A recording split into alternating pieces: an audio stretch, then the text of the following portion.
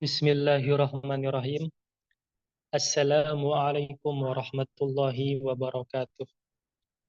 Alhamdulillahi rabbil alamin. La hawla wa la quwwata illa billah. Asyhadu an la ilaha illallah wahdahu la syarikalah. Wa asyhadu anna Muhammadan abduhu wa rasuluh alladzi la nabiyya ba'dah. Allahumma shalli ala sayyidina Muhammadin wa ala alihi wa sahbihi ajmain. Wa man tabi'ahum bi ihsanin ila yaumiddin. Segala puji bagi Allah Subhanahu wa Ta'ala, yang mana tidak ada daya dan upaya kecuali atas izin darinya. Dan Alhamdulillah kita semua masih diberikan kesehatan sehingga kita bisa bersama-sama melaksanakan kewajibannya, yaitu menuntut ilmu. Salawat beserta salam semoga tetap tercurah limpahkan kepada utusan pamungkas, suri tauladan terbaik, yakni Habibana wa Nabiyana Muhammad Sallallahu Alaihi Wasallam. Insya Allah pada kesempatan hari ini saya akan mempresentasikan mengenai psikologi keluarga dalam Islam dalam rangka memenuhi mata kuliah psikologi kehidupan beragama. Sebelumnya saya mengucapkan terima kasih banyak kepada dosen pengampu mata kuliah ini, yaitu Bapak Dr. Haji Dedi Surana, DRS MAG, dan Bapak Dr. Giantomi Muhammad, MMPD. Baik, psikologi keluarga dalam Islam.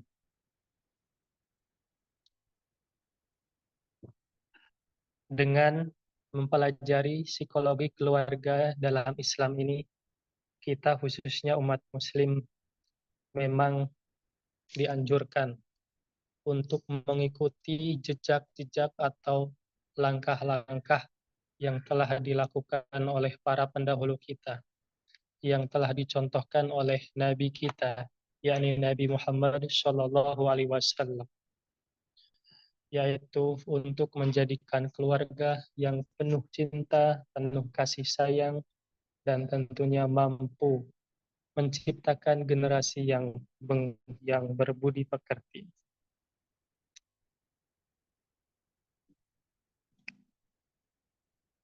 Tentunya Islam itu memberikan panduan, memberikan keteladanan, baik secara tulisan, secara lisan, bahkan secara perilaku. Tertuang dalam Al-Quran, tertuang dalam hadis, itulah pedoman-pedoman Islam dalam rangka memandu keluarga dalam masyarakat atau kekeluargaan yang tercipta ataupun yang terbentuk pada lingkungan umumnya.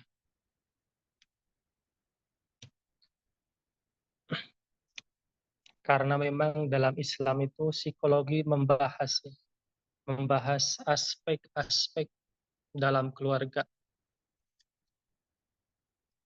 agar dalam keluarga itu tercipta yang namanya harmonis, kesejahteraan, dan tentunya menjadi sebuah kenyamanan bagi siapapun yang tinggal ataupun yang bertempat dalam keluarga tersebut.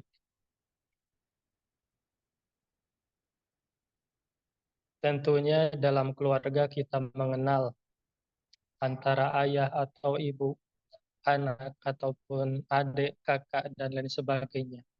Tidak terlepas dari semua itu, yang paling penting dalam keluarga itu bermula dari suami dan istri atau suami dan istri. Islam itu sangat menekankan dalam berhubungan suami istri itu penuh cinta, penuh kasih sayang. Bahkan Al-Quran itu menyebutkan bahwa bahwa suami ataupun istri itu adalah pakaian. Disebutkan dalam Al-Quran surah Al-Baqarah ayat 187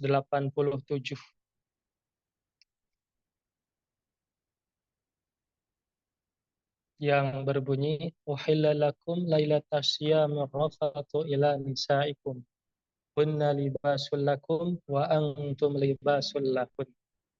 Sebetulnya ayatnya panjang ini tentang saum. Cuman ini yang disinggung yaitu hunna libasul lakum wa antum libasul lahun. Bahwasannya istri itu adalah pakaian daripada suami dan termasuk suami juga pakaian daripada istri. Jadi dalam artian ini saling melindungi, saling menghormati, saling menjaga ya.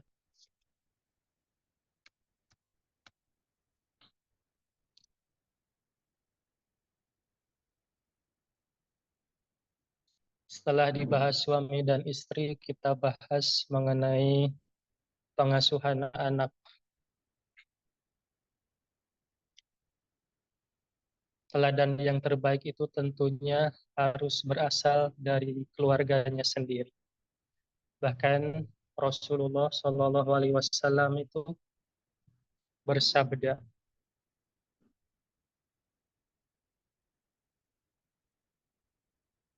muliakanlah anak-anakmu dan didiklah dengan adab-adab yang baik. Tentunya ini sebuah perintah dan sebuah keharusan bagi seorang kepala rumah tangga ataupun bagi seorang keluarga, ya, suami dan istri untuk senantiasa memberikan keteladanan kepada anak-anaknya, memberikan adab yang baik kepada anak-anaknya.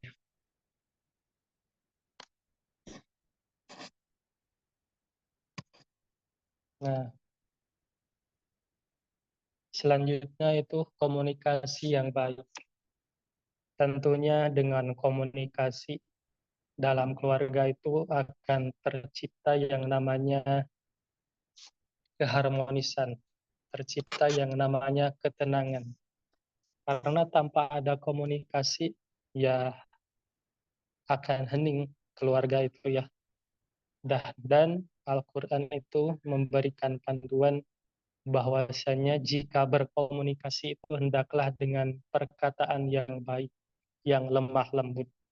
Disebutkan dalam surah Toha ya, ayat 44. Faqula lahu qawlan layyina la'allahu yatadakkaru aw yakhsha. Bahwasanya berkatalah yang baik kepadanya. Ayat ini sebetulnya kisah Nabi Musa dan Fir'aun ya. Jadi menyuruh untuk berkata yang baik, yang lemah lembut. Padahal sama Fir'aun yang jahat itu ya. Yang bengis, yang sadis gitu ya terhadap umat Israel waktu itu. Umat Nabi Musa. Tapi anjuran Al-Quran tetap harus menggunakan kata-kata yang baik dan lemah lembut. Itu sebuah tuntunan bagi keluarga senantiasa harus berkomunikasi yang baik. Tidak boleh dengan kata-kata kasar, menghina, ataupun bahkan menyakiti.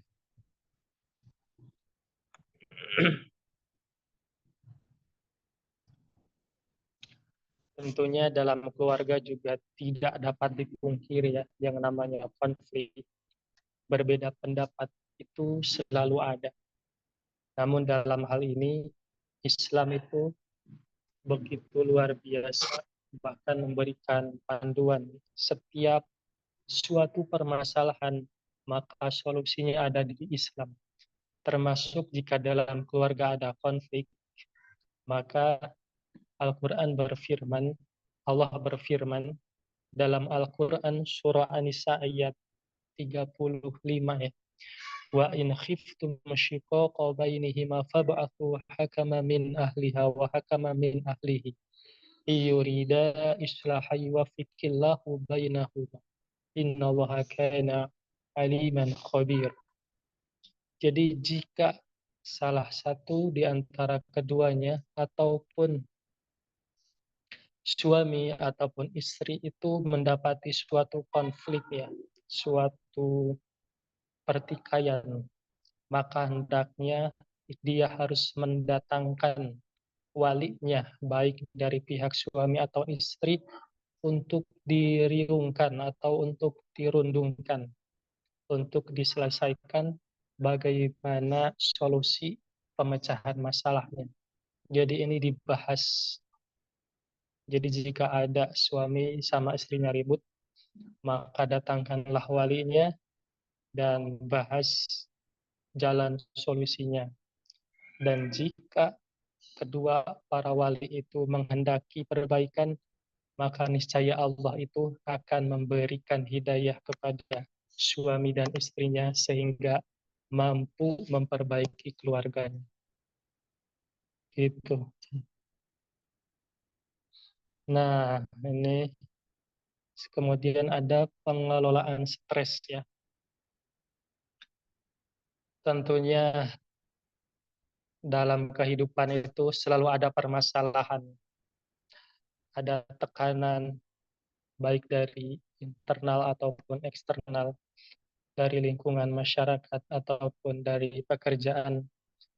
Tentunya untuk pengelolaan stres ini Allah Subhanahu wa taala memberikan solusi. Ya ayyuhalladzina amanu ista'inu bis-sabri was-shalah. Innallaha ma'as sabirin. Al-Quran Surah Al-Baqarah ayat 153.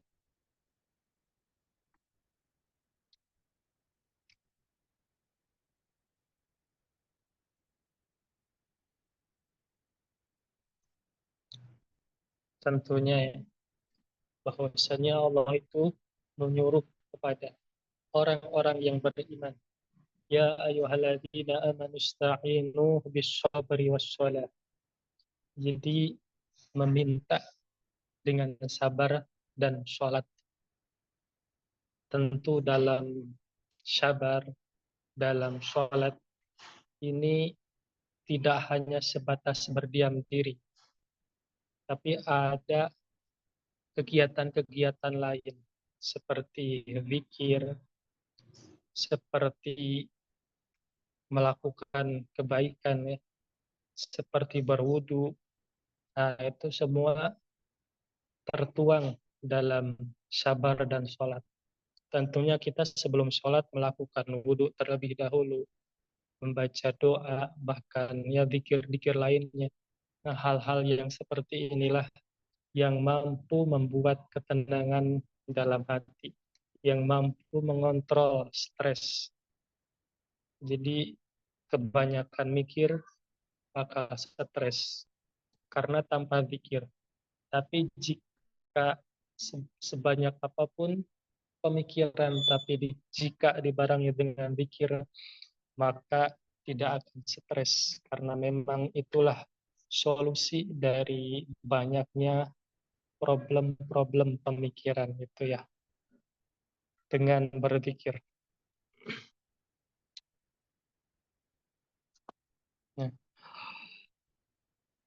tentunya kesimpulan dari pembahasan pada kesempatan hari ini yaitu Islam itu benar-benar mengharapkan gitu ya, seseorang yang berumah tangga atau yang berkeluarga itu menjadi keluarga yang harmonis, keluarga yang penuh cinta, penuh kasih, sejahtera gitu ya, tanpa ada problem-problem yang begitu menggandrungi keluarganya. Jadi memberikan solusi-solusi agar keluarga itu tetap terjaga keharmonisannya, terjaga kasih sayangnya gitu.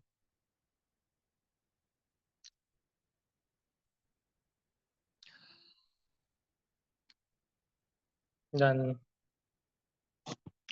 dengan menerapkan solusi-solusi di atas tadi. Semoga keluarga-keluarga yang telah terbentuk bisa menjadi keluarga yang harmonis, keluarga yang penuh kasih sayang, sejahtera, dan tentunya mampu menciptakan generasi yang berbudi pekerti. Terima kasih. Mungkin itu saja sedikit daripada apa yang disampaikan. Semoga bermanfaat.